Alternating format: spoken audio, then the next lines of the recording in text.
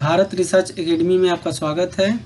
आज हम करंट के मुद्दे पे चर्चा करेंगे, जिसमें विभिन्न रैंकिंग और भारत में योजनाएं इत्यादि पे चर्चा करेंगे। आइए शुरू करते हैं। पहला हमारा है राष्ट्रीय परिदृश्य के तहत कोच्चि वाटर मेट्रो।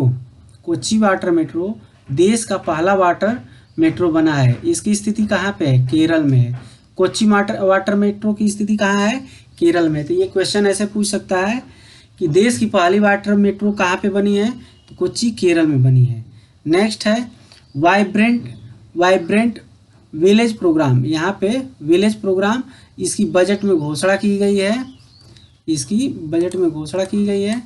और छिटपुट, इसका क्या है? छिटपुट जनसंख्या सीमित कनेक्टिविटी और अवसंरचना वाले उत्तरी सीमा के सीमावर्ती जो गांव हैं वहाँ पे इनका कनेक्टिविटी से संबंधित है। लॉन्च किया गया है किबुथु गांव अंजाम, और जिला अंजाम है और अरुणाचल प्रदेश में ये लॉन्च किया गया है। यानी किबुथु से ये लॉन्च किया गया है और जिला है अंजाम और अरुणाचल प्रदेश, ये याद रखिएगा। इसके तहत हिमाचल प्रदेश, अरुणाचल प्रदेश, सिक्किम, उत्तराखंड, लद्दाख के गांवों का समग्र विकास के लिए ये योजना बनाई गई है। नेक्स्ट है राष्ट्रीय दलों का वर्तमान संख्या क्या है?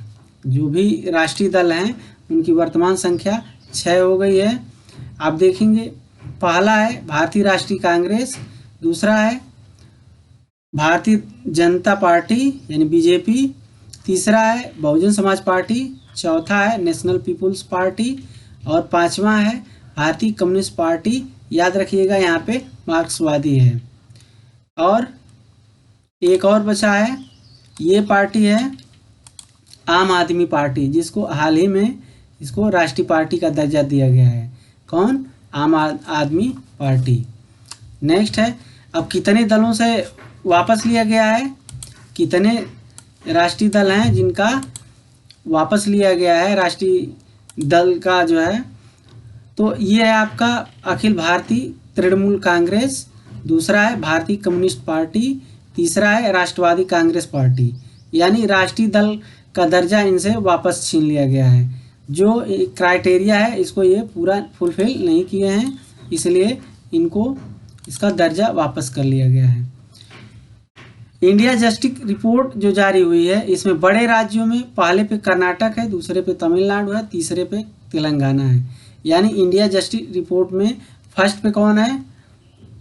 कर्नाटक है। कर्नाटक है, याद रखिएगा। उसके बाद तमिलनाडु है और फिर तेलंगाना है। ठीक।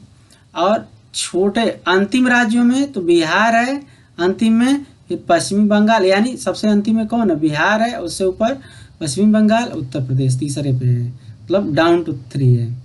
छोटे राज्यों में शीर्ष है सिक्किम और अंतिम राज्य है गोवा है। तो ये याद रखिएगा, इंडिया जस्टिस रिपोर्ट ये है, इसमें पीछे दिया गया है, रिपोर्ट आई है, इसमें सबका है। नेक्स्ट देखिए निर्वाचन आयुक्त। ये जो है निर्वाचन आयुक्त की नियुक्ति के लिए उच्चतम न्यायालय ने 5 जजों की पीठ ने एक निर्णय दिया है, जिसमें उच्च स्तरीय समिति का गठन करने को कहा है और उसमें 3 सदस्य होंगे, जिसमें एक प्रधानमंत्री होंगे और एक लोकसभा में विपक्ष दल का नेता होगा और भारत के मुख्य न्यायाधीश होंगे। यानी टोटल कितने लोग होंगे? 3 लोग होंगे। अब निर्वाचन आयुक्त की जो नियुक्ति होती थी, इसमें तमाम क्वेश्चन उठ रहे थे कि पार्टियां अपने मनपसंद का आयुक्त चुन करके अब मनमाना कर रही हैं। तो इस पे जो है उच्चतम न्यायालय ने ये चीज़ फैसला दिया है। अब नेक्स्ट है भारत का पहला लिथियम सेल निर्माण संयंत्र, ये कहाँ खोला गया है? तो ये आंध्र प्रदेश के तिरुपति में स्थापित किया गया है। 270 मेगावाट का है। और याद रखिए ये वर्तमान में बैटरी से संचालित, यानी पर्यावरण सुरक्षा की दृष्टि से ये बहुत ही कारगर है। और भारत काफ़ी ज़्यादा लिथियम आयात करता है, विदेश से आयात करता है। इस पे आत्मनिर्भर नहीं है, इसको मंगाना पड़ता है। अगर पूछा जाए कि सर्वाधिक लिथियम भंडार जो हालिया रिपोर्ट आई है 2021 की, इसमें लिथियम भंडार में ऑस्ट्रेलिया सबसे प्रथम पे है, उसके बाद चिली है, उसके बाद थर्ड नंबर पे चीन है और अर्जेंटीना है। केरल उच्च न्यायालय ने क्षेत्रीय भाषा में निर्णय देने वाला पहला उच्च न्यायालय है। ये बहुत ही सराहनीय कदम है और इसने मलयालम भाषा में दिया है। क्या होता था कि जो भी निर्णय आते थे तो इससे ये होता था कि जो आम जनता है वो पढ़ नहीं पाती थी, सारे निर्णय इंग्लिश में आते थे, तो सभी लोग साक्षर इंग्लिश के लिए उतना एलिजिबल पढ़ने में नहीं है। तो इस दृष्टि से बहुत ही बड़ा कदम है और ऐसा होना चाहिए। भारत का सबसे बड़ा तरल अपशिष्ट उपचार संयंत्र ये आंध्र प्रदेश के तिरुपति में खोला गया है। ठीक है। केरल देश का पहला पूर्ण डिजिटल बैंकिंग सेवा लागू करने वाला पहला राज्य बना है। याद रखिए, बहुत ही अच्छे से काम कर रहा है। नेक्स्ट है हाउसिंग सोसाइटी के लिए भारत का पहला सौर संयंत्र हिमालयन नगर है। हिमालयन नगर है, इसमें मिस्टेक है, महाराष्ट्र में, जो हिमालयन नगर महाराष्ट्र में है, याद रखिएगा। नेक्स्ट है स्मार्ट कार्यक्रम आयुर्वेद क्षेत्र में बढ़ावा देने के लिए आयुष मंत्रालय द्वारा ये कार्यक्रम शुरू किया गया। स्मार्ट कार्यक्रम किससे संबंधित है? आयुर्वेद से। ऐसे क्वेश्चन आ सकता है। कौन शुरू किया है? आयुष मंत्रालय। MV गंगा विलास ये विश्व की सबसे लंबी नदी क्रूज सेवा है और इसको शुरू किसने किया है? मेसर्स अंतारा रिवर्स क्रूज द्वारा। ये निजी क्षेत्र की है, निजी क्षेत्र, ये जो शुरू किए हैं ये निजी क्षेत्र की कंपनी है। और ये जो है कहाँ से कहाँ तक चलेगी? ये वाराणसी से डिब्रूगढ़, वाराणसी से, यहाँ देखिए, वाराणसी से बोगीबिल डिब्रूगढ़ असम तक ये चलेगी। कुल दूरी है 3200। कितनी है? 3200। विदिशा जो है 5G तकनीक लागू करने वाला पहला आकांक्षी जिला बन गया है। कौन? विदिशा। ये जो है मध्य प्रदेश का है। यानी 5G पूर्ण तकनीक लागू करने वाला राज्य कौन सा है? विदिशा है। नेक्स्ट है देखते हैं वायनाड। अब यहाँ पे देखिए वायनाड है। वायनाड जो है ये केरल का, ये इसकी क्या है? ये सभी जनजातीय लोगों को बुनियादी दस्तावेज और सुविधाएं प्रदान करने वाला देश का पहला जिला बन गया है। कौन? वायनाड।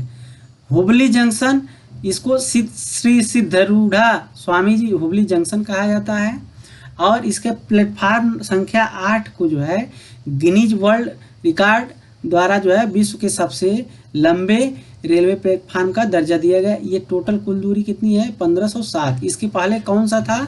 गोरखपुर जंक्शन जो है ये पहले था, तो याद रखिएगा। अब कौन हो गया है?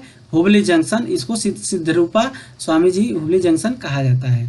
108वीं भारतीय विज्ञान कांग्रेस का आयोजन नागपुर में किया गया है। इसकी अध्यक्षता कौन की है? डॉक्टर विजय लक्ष्मी सक्सेना द्वारा किया गया है। तो 108वीं भारतीय राष्ट्रीय कांग्रेस का जो है विज्ञान कांग्रेस का आयोजन कहाँ किया गया है? नागपुर में किया गया है। नेक्स्ट है नमामि गंगे। जो नमामि गंगे पहल है, इसको संयुक्त राष्ट्र के द्वारा मान्यता दिया गया है। इसके पुनरुद्धार, यानी जो गंगा के पुनरुद्धार के लिए जो सारे प्रोजेक्ट चलाए जा रहे थे 1985 से और वर्तमान में भी चल रहे हैं, इसके लिए इसको संयुक्त राष्ट्र द्वारा मान्यता प्रदान किया गया है। 10 मान्यता प्रदान किया गया, जिसमें एक ये भी है। भारत की सबसे लंबी एस्केप टनल, यानी ये घोड़े की आकार की है, घोड़े के नाल के आकार की है।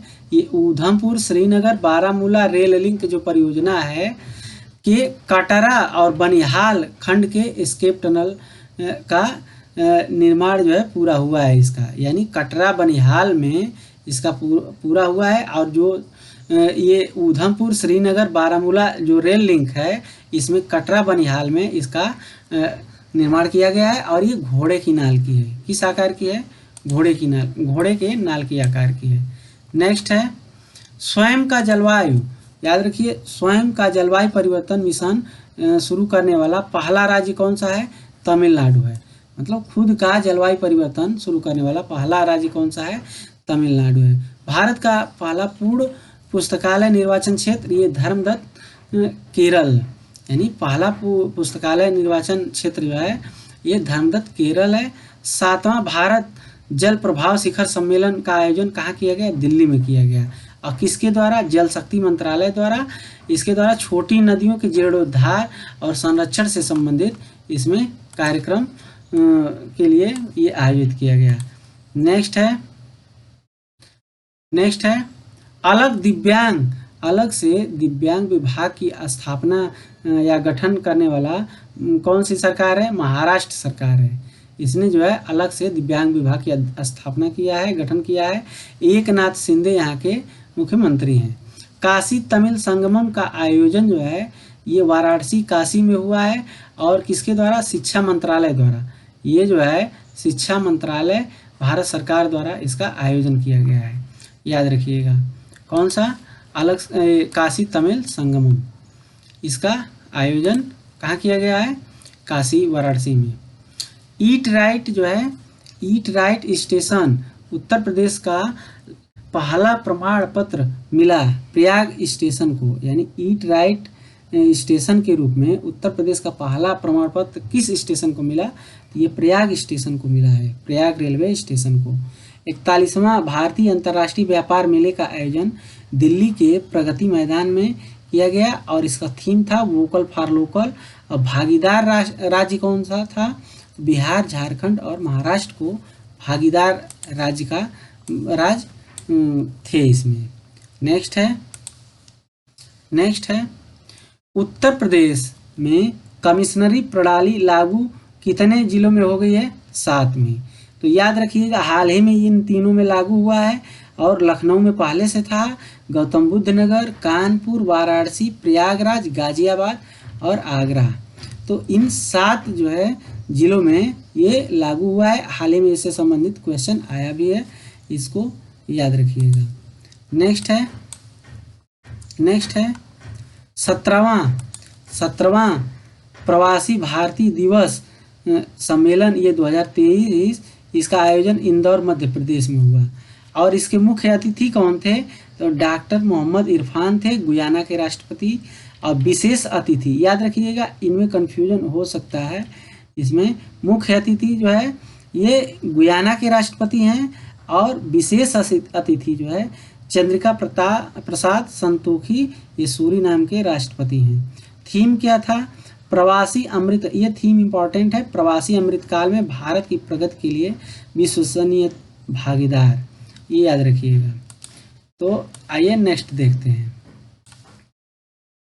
नैनो यूरिया तरल संयंत्र का उद्घाटन कल्लोल गुजरात में किया गया है, याद रखिएगा। भारत की पहली सेलाइन वाटर लालटेन ये रोशनी है, कौन सी है? रोशनी याद रखिएगा। और ये समुद्र के पानी का उपयोग करके ये कार्य करेगी। अब जो है कुछ सूचकांक देख लीजिए, कौन कौन से सूचकांक हैं इसको देखते हैं।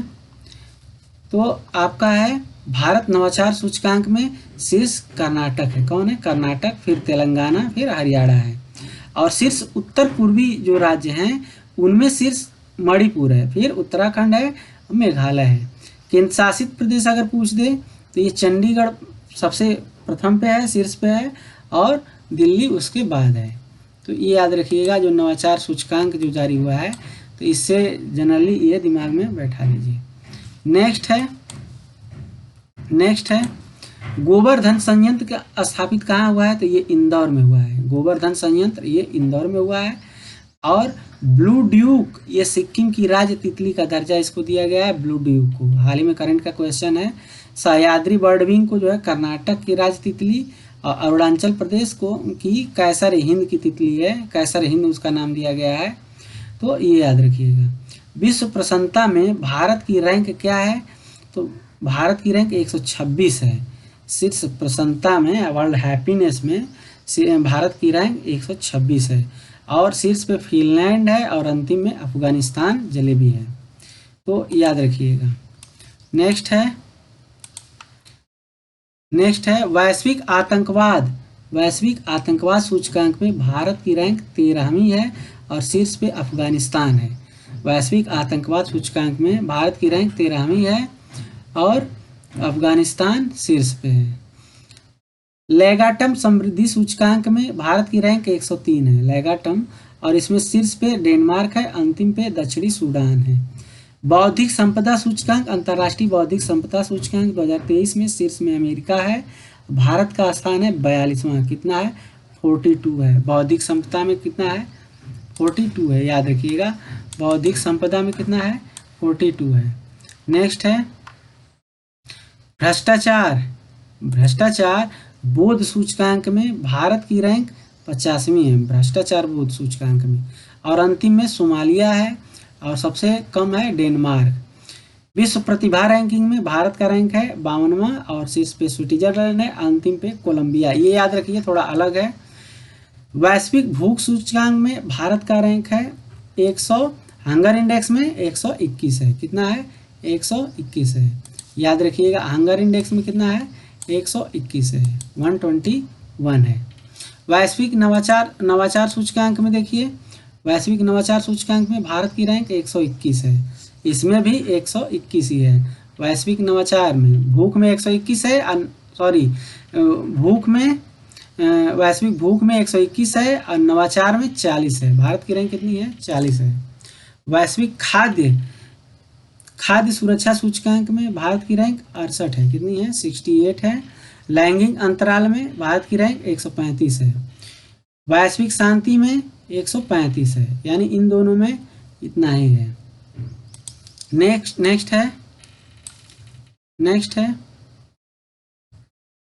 यहाँ पे पर्यावरण प्रदर्शन में देखा जाए तो पर्यावरण प्रदर्शन में भारत की रैंक 180 है, यानी सबसे अंत में भारत सॉरी 180 में 180 है, भारत ने इस रिपोर्ट को नहीं माना है। IMD विश्व प्रतिस्पर्धात्मक स्पर्धात्मकता रैंकिंग में भारत 37 पे है, कितने हैं 37 पे है। वैश्विक अल्पसंख्यक सूचकांक में भारत की रैंक 1 है, अंतिम में सोमालिया है, याद रखिएगा। वर्ल्ड गिविंग इंडेक्स में भारत की रैंक है 57 और सतत विकास रिपोर्ट में है 121, कितना है 121। तो ये पूरा कंप्लीट हुआ, और इसको एक अच्छे से देखिए, और लाइक कीजिए, शेयर कीजिए, सब्सक्राइब करिए। धन्यवाद।